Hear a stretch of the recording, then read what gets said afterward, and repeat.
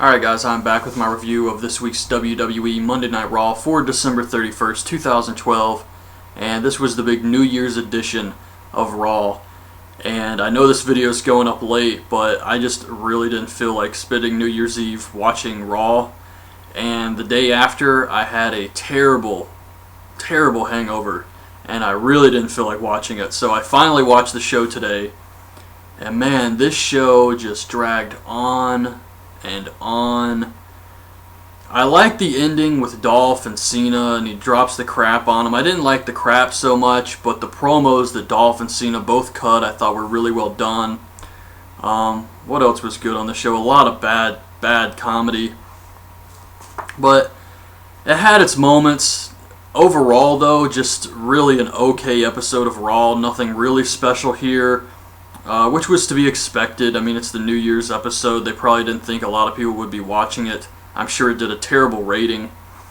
But, and I'd also like to thank LV5454 for including me in his recommended YouTubers of 2012 video. I thought that was really awesome. I really appreciate that.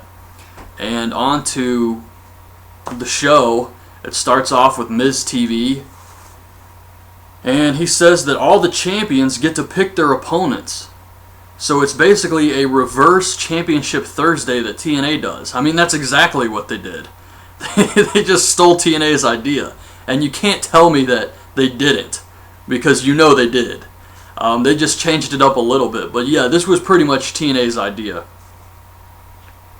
So all the champions get to pick who they want to face tonight. Except for CM Punk, of course, because he's still injured. And Miz brings out Cena, and he asks him what he really thinks of AJ. Cena says it's over, but he's been invited to their New Year's Eve toast later. The Rhodes Scholars come out, and Cena makes fun of him. He gets hypnotized by Cody Rhodes' mustache, and he challenges them to a tag match with his partner, The Miz. And it was an okay match, I guess. Cena gets the hot tag. He starts hitting his moves on Sandow, and Cody Rhodes runs in, hits a disaster kick on him, and Miz takes out Cody with a skull-crushing finale, and Cena hits the AA on Sandow for the win. Vicky is throwing a New Year's party backstage. David Otunga comes up and says 2013 is going to be the year of Otunga. Somehow I doubt that. Oh, but Dolph shows up, and she says that he's got a match against Sheamus later. So Punk and Heyman show up, and he says people think his injury is fake, so he wants to bring out his doctor to explain just how severe his injury really is. And he says that he would have defeated Ryback, so Vicky wants to put Ryback in a match. And CM Punk says it should be against The Shield in a handicap match, and Vicky agrees to this. When did Vicky and Punk become such great friends? Like, they're getting along backstage. I think the only reason they did this was because Vicky's no longer with Dolph, and they want to make sure that the fans still look at her as a heel. Because there's really no other explanation for why she's getting along with Punk so well. Antonio Cesaro says that he ran into someone at the Pentagon who stands for America.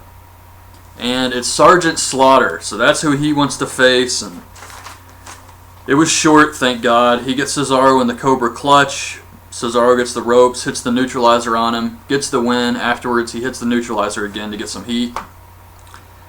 Kane and Daniel Bryan are pissed they can't pick the Shield for their opponents. And they hear 3MB screaming, so they decide to face them.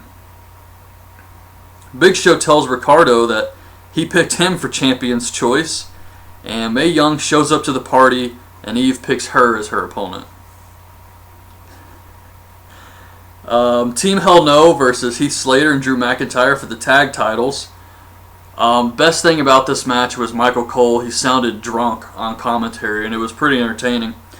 But McIntyre kicked Kane right in the face in this match. I was expecting a receipt for this later, but it didn't happen. But damn, I watched it back a few times, and he just nailed Kane in the face. But Kane hits a chokeslam on McIntyre, tags in Daniel Bryan. He hits the diving headbutt for the win. CM Punk comes out with Heyman and his doctor. He says he's a man. He endures no matter how injured he is. He shows some pictures of his knee and says he will beat Ryback next week, and then the doctor says he can't allow Punk to compete. So this causes Vince to come out, and he says that next Monday Punk will be evaluated by WWE officials, not his own personal doctor. And Punk says that once again, he's not trying to weasel out of anything. He's not involved with the Shield. He's not involved with Brad Maddox. He's not trying to do anything wrong here. He's just following doctor's orders. And Heyman says CM Punk is a hero and Vince has become a flesh-peddling promoter.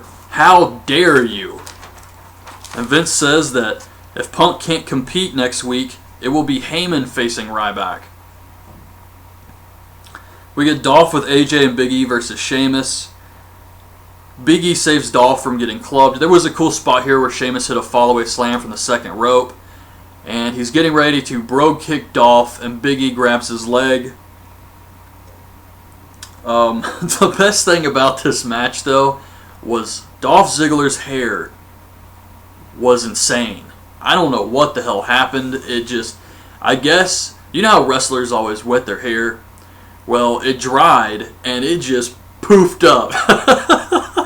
It was so awesome.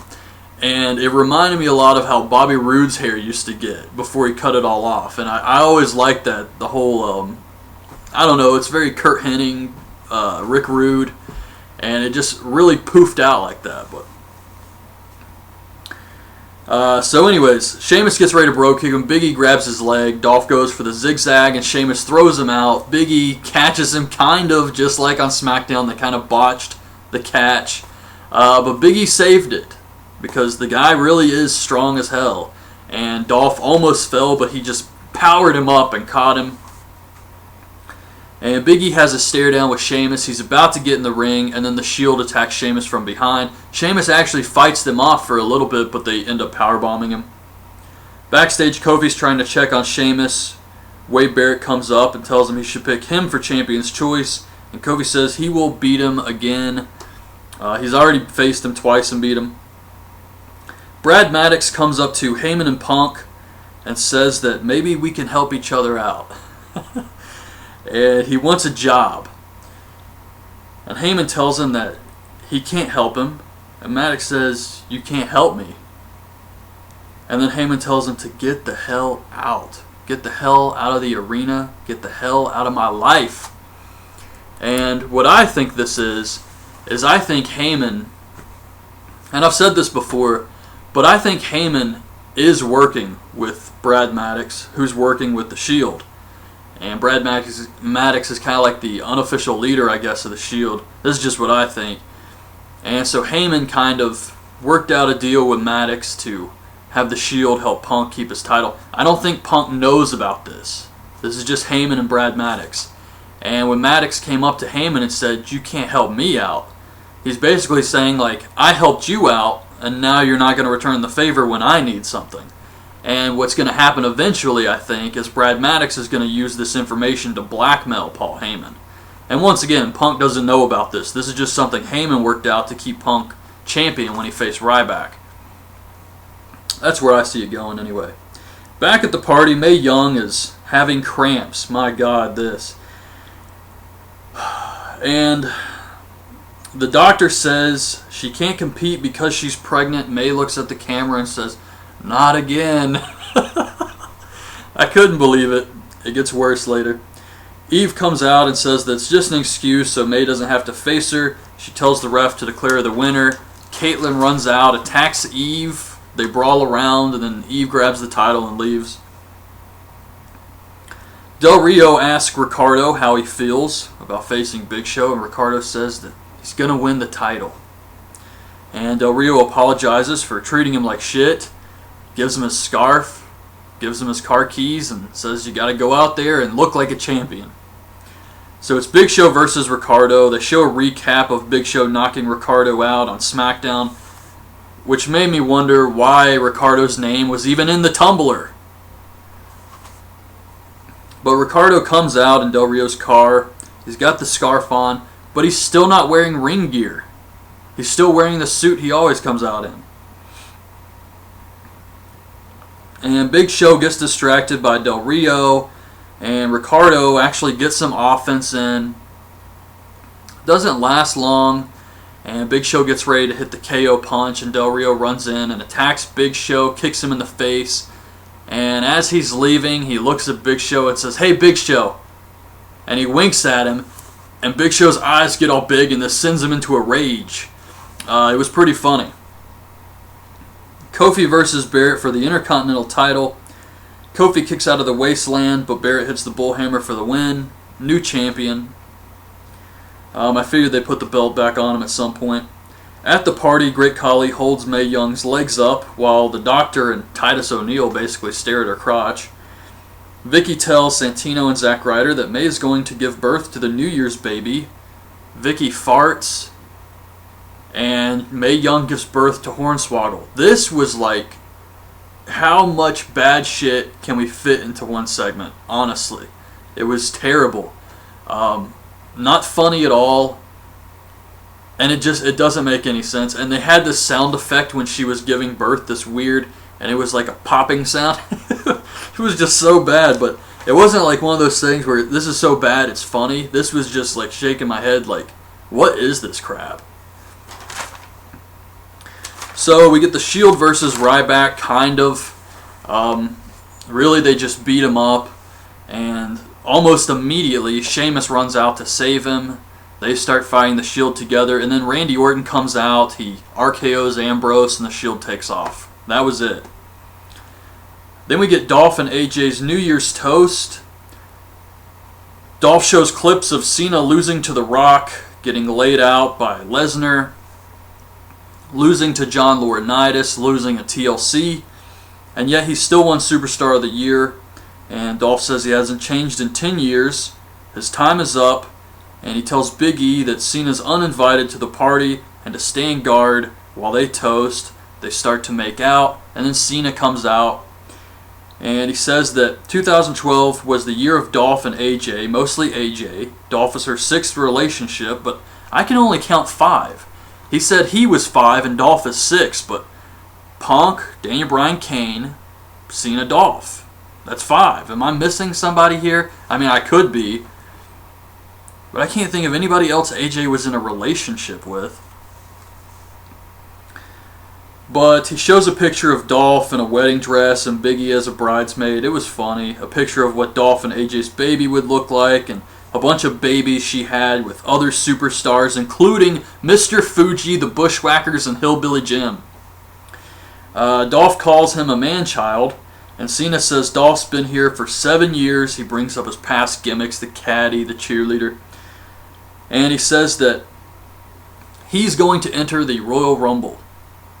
Now, I've said before that I figured they would do Punk, Rock, have Rock win the title at the Royal Rumble. Cena goes on to face The Rock for the title at WrestleMania, beats him, becomes the champion.